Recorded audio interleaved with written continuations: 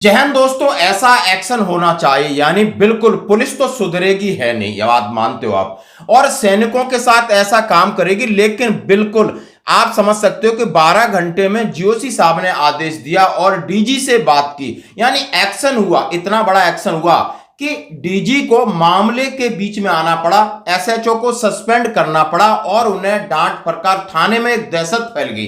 जब सेना ने इतना दबाव बनाया, थोड़ा सा दबाव बनाया, थोड़ा सा एक्सीलेटर दबाया, इतने में पुलिस में हड़कंप हो गया है। यानी ये मामला बहुत ताजा है और सही है, एक उदाहरण है। अब इसके बाद और क्या किया जा सकता है पुलिस के खिलाफ, कौन सा कानून लाया जाए, कौन सा कानून लाया जाए। कुछ कर्नल, कुछ पुराने बुद्धिजीवी कह रहे हैं कि ये बहुत बड़ा एक्शन है, शौर्य कमांड ने लिया। अब अगले बार जब कहीं होता है, ये नहीं सुधरते हैं तो उनके भरोसे नहीं छोड़ना है, डंडे वाला एक्शन अब इनके खिलाफ लेना हो, ये क्लियर लोग कहने लगे हैं। और शायद अब इसकी जरूरत समझी जा सकती है, क्योंकि हद हो गई। आप देख सकते हो एक सूबेदार के पैर देखिए कितना पीटा है, उसकी वाइफ को पीटा है, पुलिस ने पीटा है, बिहार की पुलिस ने पीटा है, स्टेट पुलिस ने पीटा है, बार बार पीटा है। कितने बार कहूं कि पीटा। और हमें न्याय किससे चाहिए होता है? उसी पुलिस से, उन्हीं के अधिकारियों से हम शिकायत कर रहे थे। लेकिन वो शिकायत किया, सस्पेंड हो गया। नहीं नहीं नहीं नहीं, इतना नहीं। जिस तरीके से इनकी फोटो आ रही, इसी तरीके से, इससे घिनौने तरीके से उनकी फोटो बाहर आनी चाहिए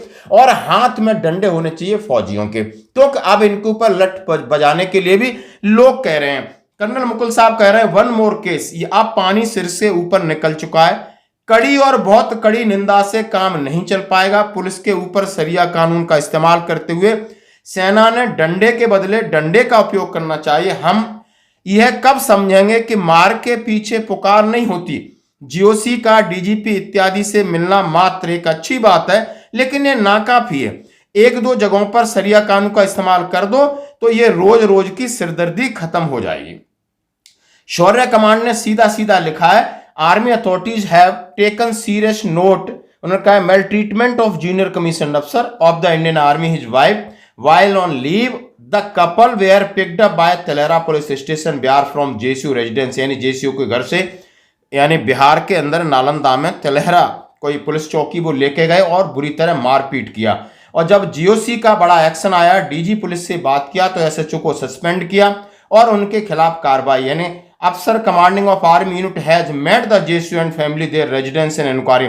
सबसे अच्छी बात है कि कमान अधिकारी भी पहुंचे और घर में जाकर के उनके पास खड़े हो गए। यानी दर्द में खड़े हुए, मदद कर रहे, और ये होना चाहिए। ये सेना की एक छोटी सी पहल है। अब लोग कह रहे हैं कि नहीं, एक कदम और, उस समय जो जहां पर है उनको डंडे से तोड़ो, उसके बाद हम भी बातचीत करेंगे और हमारे अंदर भी पावर है, शक्ति है, ट्रेनिंग है, तुमसे ज्यादा ईमानदारी, हमारे खून में बहुत गर्मी है, वो भी ईमानदारी की गर्मी है।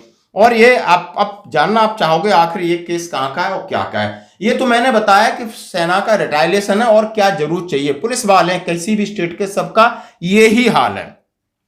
अब थोड़ी सी स्टोरी बताते हैं कि अपराधियों से पिट जाती है ये पुलिस, आम लोगों के साथ बर्बरता करती है ये पुलिस। एक अब आर्मी वाले जो जेसीओ के संग बेरहमी से पिटाई कर रही है पुलिस। पत्रकार भी अच्छा सा लिख रहे हैं, उन्होंने कहा कि नालंदा में हाल ही में ऐसी खबरें सुनी, देखी कि बिहार पुलिस के अपराधियों से पिटने की बात तो सामने आती, लेकिन इन अपराधियों पर नकेल नहीं कस सकते। लेकिन इस खींच से आम आदमी, जहां तक कि नालंदा में आर्मी के जेसीओ और उनकी पत्नी परिजनों से मारपीट की घटना सामने आई है। नालंदा पुलिस की बर्बरता पर पुलिस मामला सामने आया कि सेना के अधिकारियों ने इसे बड़ी गंभीरता से लिया। एक जूनियर कमीशन अधिकारी उनकी पत्नी के साथ पुलिस की मारपीट, दुर्व्यवहार पर सेना के अफसरों ने गहरी नाराजगी जताते हुए बिहार के डीजी पुलिस से मुलाकात की। इसके बाद बिहार पुलिस ने कार्रवाई करते हुए स्थानीय तेलहरा थाना अध्यक्ष राजेश कुमार ठाकुर को निलंबित कर दिया।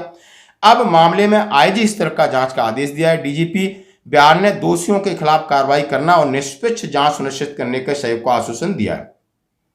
इसी बीच आर्मी यूनिट के कमांडिंग अफसर ने पीड़ित जेसीओ परिवार के साथ घर मुलाकात की, उनका हालचाल जाना। बता दें कि जेसीओ उनकी पत्नी के साथ नालंदा पुलिस ने दुर्व्यवहार तब किया जब उनकी पत्नी और वो लोग छुट्टी पर गांव आए हुए थे। 9 अप्रैल 2025 की आधी रात को बिहार के तेलहरा पुलिस स्टेशन से पहुंची पुलिस टीम ने शामिल जवानों जेसीओ के साथ मारपीट की, उनको घर से हिरासत में लिया, उनकी पत्नी परिजनों के साथ बर्बरता से मारपीट की गई। अब जानकारी के अनुसार पूरी घटना कुछ यूं थी कि नालंदा जिले की तेलहरा थाना क्षेत्र में चांदपुर गांव में पुलिस ने डीएसपी हिलसा गोपाल कृष्ण के सामने इस मारपीट घटना को अंजाम दिया गया। बताया जा रहा है कि अजीत कुमार, उनकी पत्नी चैती छठ में गांव आए थे। उनके सरपंच भाई मंटू कुमार पर दुष्कर्म का केस दर्ज कराया गया। उसकी गिरफ्तारी के लिए पुलिस रात में वहां पहुंची। बताया जा रहा है कि पुलिस दीवार फांदकर घर में दाखिल हुई। इसी घटनाक्रम के दौरान सेना के जेसीओ अजीत कुमार, उनकी पत्नी, भतीजे के साथ पुलिस ने बेरहमी से पिटाई की। वो छुट्टी आए थे और उनका भाई या किसी का मामला हो सकता है। बिहार पुलिस ने महिलाओं को भी नहीं छोड़ा, जहां पर घर की महिलाएं थी उनकी भी अच्छे से पिटाई की। बिहार पुलिस की बर्बरता का वीडियो जब सामने आया, इसके बाद घटना का वीडियो सोशल मीडिया पर वायरल हुआ। जख्मी फौजी के शरीर पर चोट के निशान थे। वहीं हिलसा डीएसपी गोपाल कृष्ण ने घटना के संबंध में बताया कि पुलिस दुष्कर्म केस के आरोपी मंटू के घर छापेमारी करने गई थी, जहां उनके परिजनों ने छापेमारी का विरोध किया। इसी तरीके से यह केस हुआ।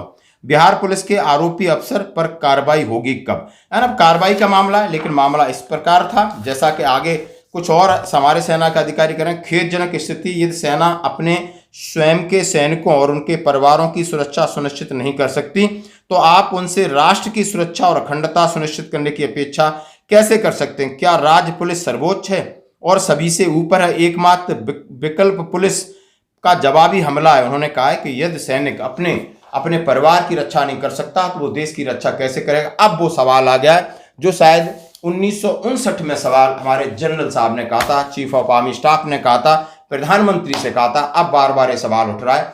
हम कहेंगे इस बात का कि पुलिस का जो घिनौना रवैया हमेशा रहता है, लेकिन इसके बाद सेना ने किया वो सही है। और जितने अभी आदमी पुराने कह रहे कि नहीं अब तो डंडे का जवाब डंडे से दे दो, एक बार मामला शांत हो जाएगा। वो 10 बार पूछेंगे आप कहीं फौजी तो नहीं भैया, आप फौजी तो नहीं भैया। ये करें, उनका काम है। आप क्रिमिनल को पकड़ो, क्राइम को ठीक करो, मारो पीटो, जो भी आप करते हो आपका कानून है, लेकिन कम से कम सेना के साथ लगातार बर्बरता पर आज ये मसला बहुत गंभीर बनता जा रहा है। धन्यवाद।